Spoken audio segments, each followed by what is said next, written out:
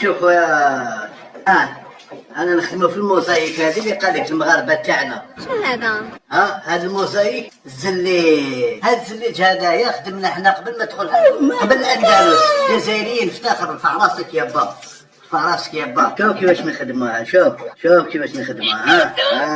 انتاج وطني محلي ارتستيك، فنانين جزائريين ما قبل ما تلحقكم الحضاره انتم يا المغرب العربي.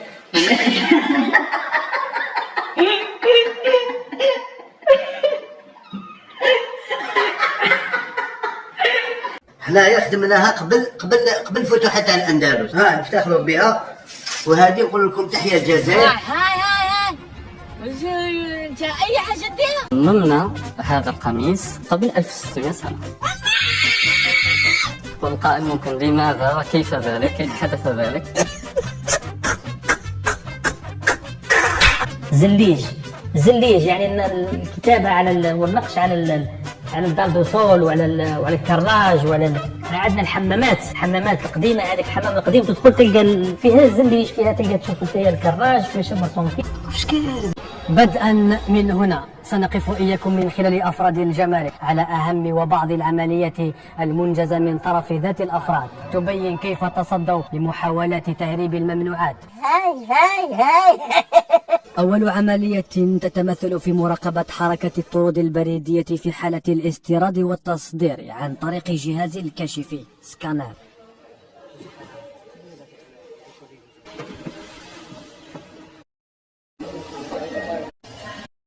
استغفر الله العظيم يا رب. أين يقوم عون الجمارك المكلف بجهاز الكشف بمتابعة كل الطرود البريدية.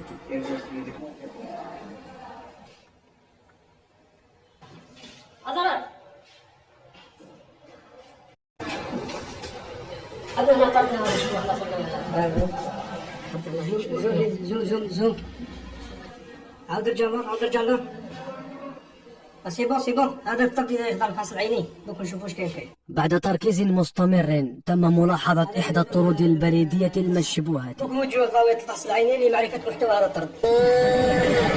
استي عندي غير السلك راك على حضرات.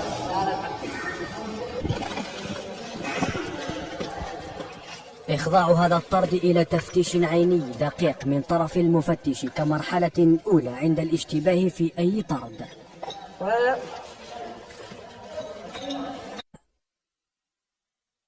ليكتشف أن الخزف يعود إلى الحقبة العثمانية. هذا خزف صحي، خزف يحتمل أن يعود إلى الحقبة العثمانية.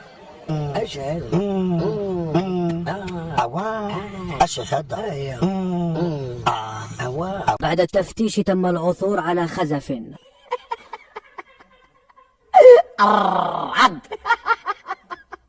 محاولة باءت بالفشل كانت تهدف إلى سرقة تاريخ وتراث الجزائر.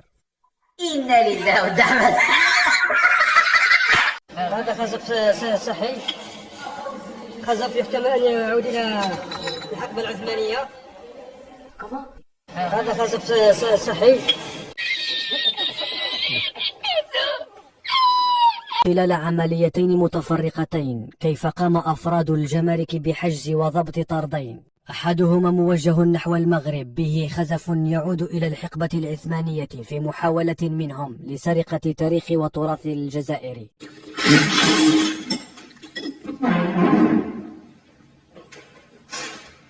مستودع الطرود البريدية بمطار هواري بومدين الدولي يلجأ إليه بعض المهربين في محاولات منهم لتهريب بعض الممنوعات داخل أو خارج الوطن.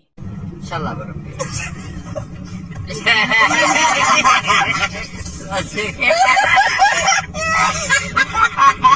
لاحظنا في عديد من المرات أن بعض شبكات التهريب تقوم بتفكيك بعض المعدات الحساسة وإرسالها عبر الطرود البريدية وطرود المتعاملين الاقتصاديين، بالإضافة إلى عملية نوعية وهي عملية تهريب قطع من الخزف التي تعود إلى العصر العثماني، حيث تم تجميعها على مستوى ولاية وهرن من طرف أحد المخالفين اللي كان مشترك في العملية مع رعايا مغربيين.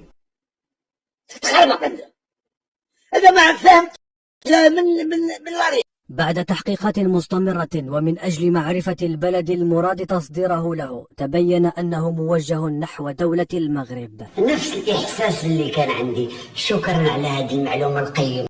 في إطار اجتماع مصغر روتيني متداول عليه يوميا، هدفه ضبط ورقة الطريق وتذكير الأفراد بالتحلي باليقظة المستمرة. المطلوب منكم التحلي باليقظة وروح المسؤولية أثناء تأديتكم لمهامكم. مفهوم؟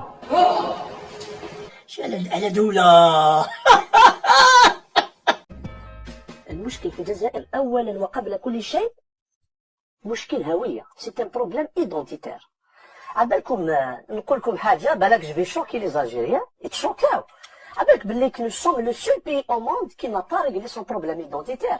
اليوم 52 سنة بعد الاستقلال الجزائريين ما على بالهمش شكون يكونوا.